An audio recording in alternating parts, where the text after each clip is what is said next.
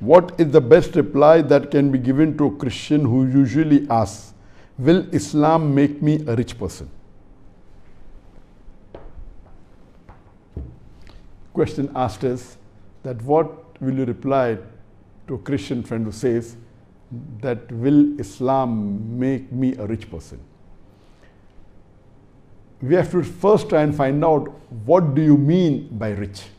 What is true richness? What is true wealth? And secondly, what type of richness are you talking about? Is it temporary or is it permanent? And who is the person?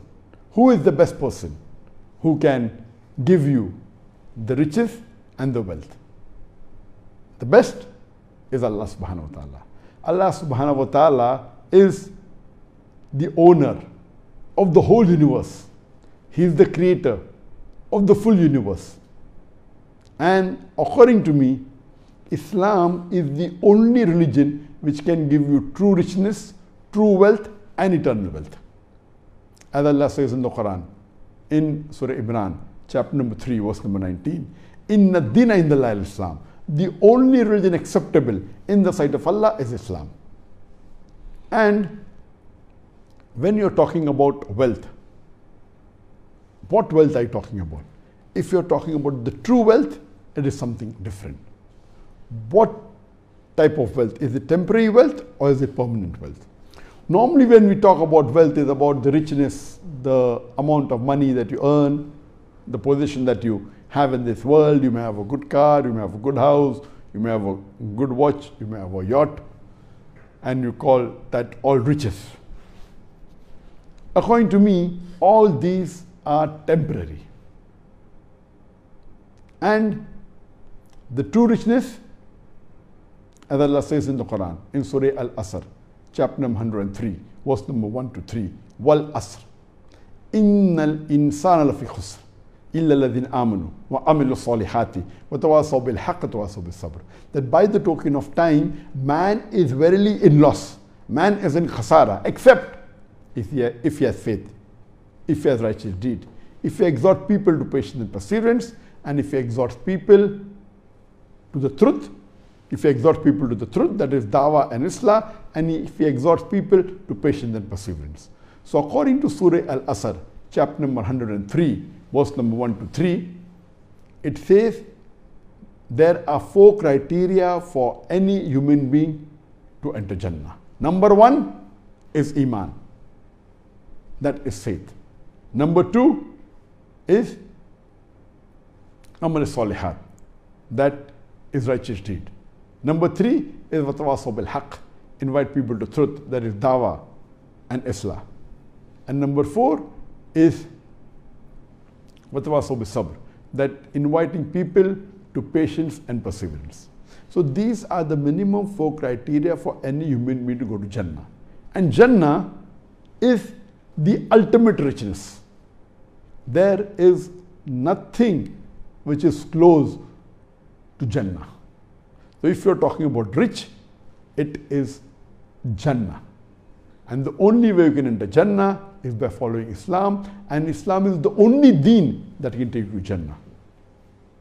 And as far as richness is concerned, our beloved Prophet Muhammad said, and there was a list of people who are the top 10 people in the world. And the list went on. That Ambani is there, then maybe 9th on the list, then 5th was Bill Gates, and 4th was Warren Buffett, 3rd was Bill Gates, 2nd was Jeff Bezos. Who was number 1? Number 1 is the Muslim who offers 2 rakah sunnah before the Fajr Salah. The reason is our beloved Prophet Muhammad said that any Muslim who performs 2 rakah sunnah before the Fajr Salah, it is more valuable than the earth and the wealth in it. The earth and the wealth in it. Imagine, the Prophet said, if you offer 2 rakah sunnah before the Farz Fajr Salah, talking about Farz Fajr Salah, before that, that is the sunnah. If the sunnah is equal to the earth and the wealth in it, what will be the value of the Farz Salah? Multiple times more.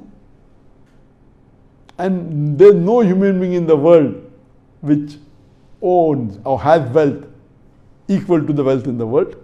Even Jeff Bezos, he may be having $100 billion, $150 billion, $200 billion.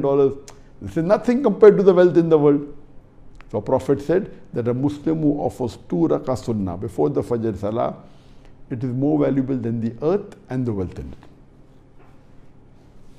And furthermore, there is a verse in the Quran which says that on the Day of Judgment, these kafir, these non-Muslims, they will tell that we would not mind giving you all the wealth in the world in exchange to save us from the hellfire. That means on the Day of Judgment, the non-Muslim will agree that they have done shirk, they have done something wrong. They will not say that Allah is unjust. They will say, we don't mind giving you all the wealth in the world. Those will not have it. And Allah will not accept that. Even if they have the wealth in the world, it will not prevent them from going into hell. So the true wealth is Akhirah Jannah. And if you strive for Akhirah, Allah says He will give you Akhirah as well as the dunya. You see that even the wealth they're talking about, normal wealth, Allah will bestow on you. Allah bestows or not, that is irrelevant.